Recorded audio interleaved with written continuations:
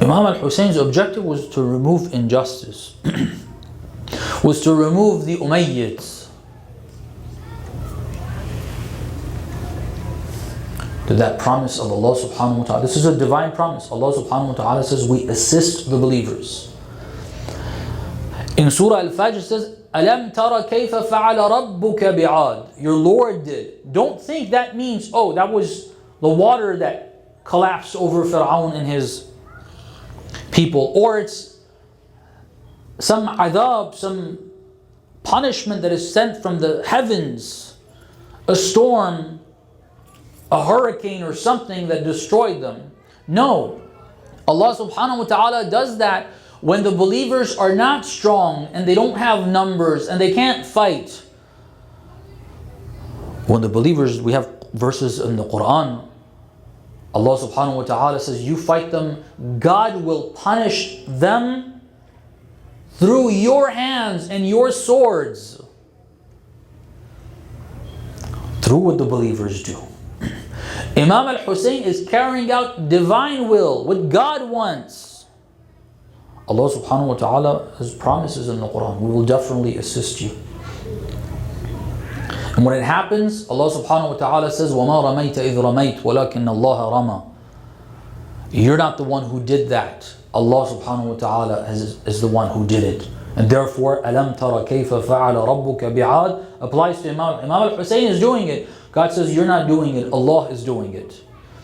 When we are doing things, we need to understand that. We are doing what He has said, He has promised, He will help. The problem is, when we're working on it, we see that people are dying and then we don't see any effect. We don't see any result. We don't see it having any benefit. We start giving up. These Quranic verses have been given to us. The seerah of the Ahlul Bayt, the history of the Ahlul Bayt, the conduct of the Ahlul Bayt has been given to us for us to look and observe and see for ourselves. It is true. Don't think it's going to come right there and then. Don't think it's going to come necessarily while you're still alive. Don't think that you're not supposed to sacrifice to get it. Don't think that the ummah should not sacrifice and God should just hand it over to them. You know how many people were sacrificed in the process of Musa guiding Bani Israel? The Quran tells us. They were waiting on Musa. He was their savior. Allah subhanahu wa ta'ala had taught them that. Now Musa has come. Initially those who believed in him, some of the youngsters, others didn't, even from Bani Israel. They didn't. Eventually more and more people joined from Bani Israel mostly. But then they started saying, we were aggravated, we were disturbed, we were hurt, we were killed. Before you came, we thought you were going to come and it's going to go away. After you came, we're being killed. So be patient. Allah subhanahu wa ta'ala's promise is true. Be patient. You need to keep going. It's not going to come free, no. But it will come. Definitely. Imam al-Hussein, salawatullah wa salamuhu alayh, with what he did in Karbala, he is the cause of the removal of the Umayyads. You go and research this. I'll give you a few points regarding that. It's because of Imam al-Hussein that the Umayyads were removed. That dynasty fell because of Imam al-Hussein. And because of Ashura, because of the sacrifice of Imam al-Hussein, he did accomplish that. He did remove that. Recite a salawat, please.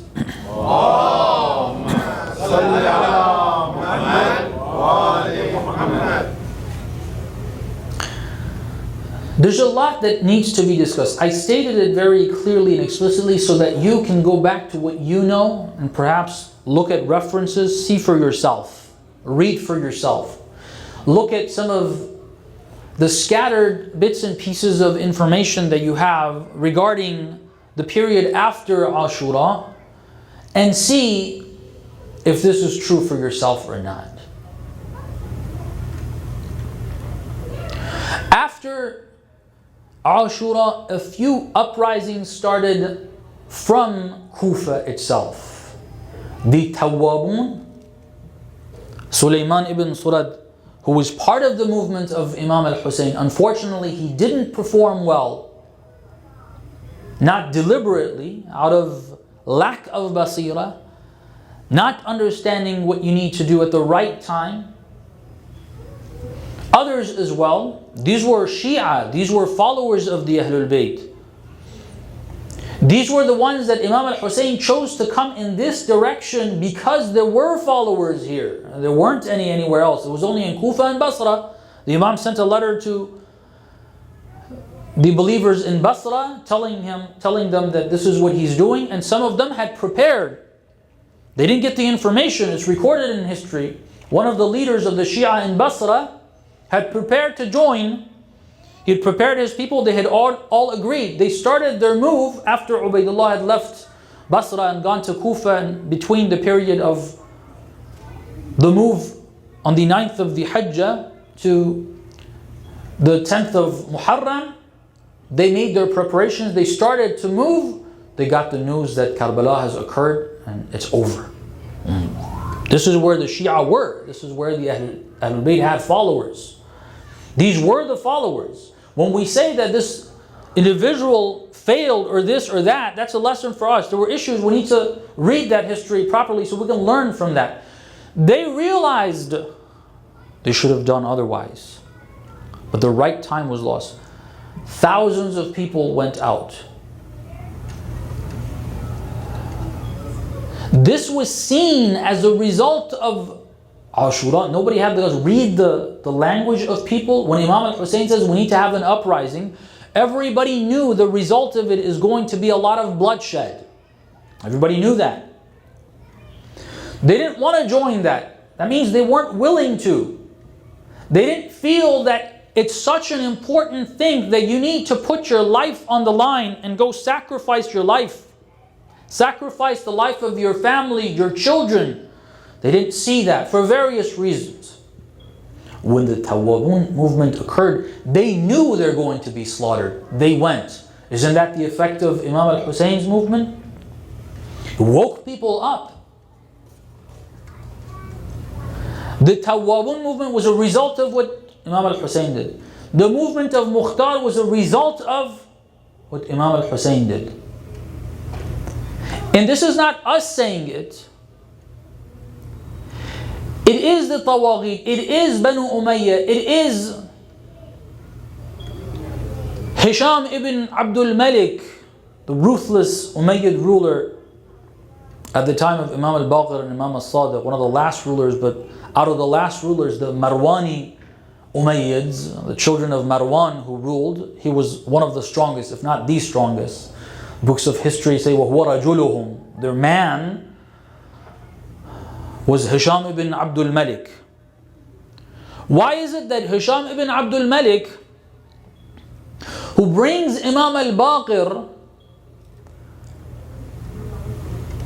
to Sham, before that, Hisham sees the Imam himself personally at Hajj, and how the Imam is calling people against the government. These are things that we haven't studied in the history of Imam al-Baqir. Imam al-Baqir was very, very open, relatively. Compared to Imam Zayn al-Abidin, Imam al-Baqir was pretty open. And Imam al-Sadiq was even more open until the Abbasids came. And that's an important period in history that we haven't studied well. We need to study that well to understand what exactly happened there. Why is it that Hisham doesn't order the Imam to be killed right there and then? Why is it that none of the Khulafa after that period decided never to do what they did and what Yazid did in Karbala? They were afraid. They were afraid. They saw, not only did they not do that, they could barely assassinate the Imams. You've heard Imam Zayn al-Abidin, Imam al-Baqir, who were assassinated during the Umayyad period. They were poisoned. In other words, they didn't want to be seen as those who were killing these Imams. They were afraid of the movement of the Ahlul Bayt. They were afraid of the developments. They knew that this is not something they can do. And then all the uprisings, there were a number, I mentioned a couple of them, the Tawwabun, Mukhtar, and then later, the end of the Umayyads, we have numerous uprisings. One of them is Zayd ibn Ali ibn al-Hussein, which according to the correct accounts we have historically, Imam al-Sadiq salamullah alayhi told him to go ahead and have that uprising. He asked Imam al-Baqir if he should do so. Imam al-Baqir told him not to. This is not the time. At the time of Imam al-Sadiq, it was the grounds were ready. The preparations were there. Zayd ibn Ali ibn Hussein. And then his son, where? In Central Asia, in close to where Kabul is. That's where he started his uprising a few years later. And then the final uprising that we know as the uprising of the Abbasids. Recite a salawat, please.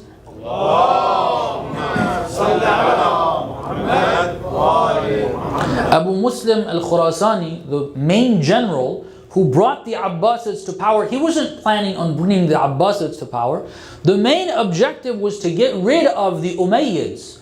When he saw and he was able to overthrow certain regions, he was able to win over some of the local governments of that region.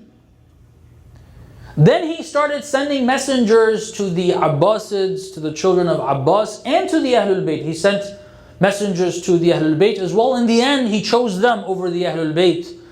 And of course, the Ahlul Bayt didn't want to be under him anyway. That wasn't the way it was going to work. The idea is, his intention was to remove the Umayyads.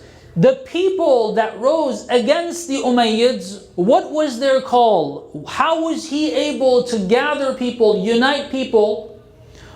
What was he uniting everybody towards?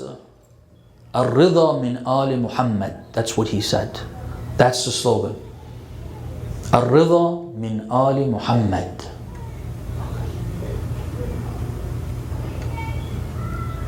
Imam al-Hussein. Imam al-Hussein. It gradually grew into that. They had black flags because of Karbala. Okay? Because of Karbala. They said we are mourning who? Imam Zayn al-Abidin's shahada was not known to have been an assassination. Imam al-Baqir's shahada was not known to be that. It was Imam al-Hussein. People rose against the Umayyads in the name of the Ahlul Bayt, in the name of Imam al-Hussein. It took years, yes. What happened? Did the Umayyads last? No. Did the teachings of the Umayyad last? No.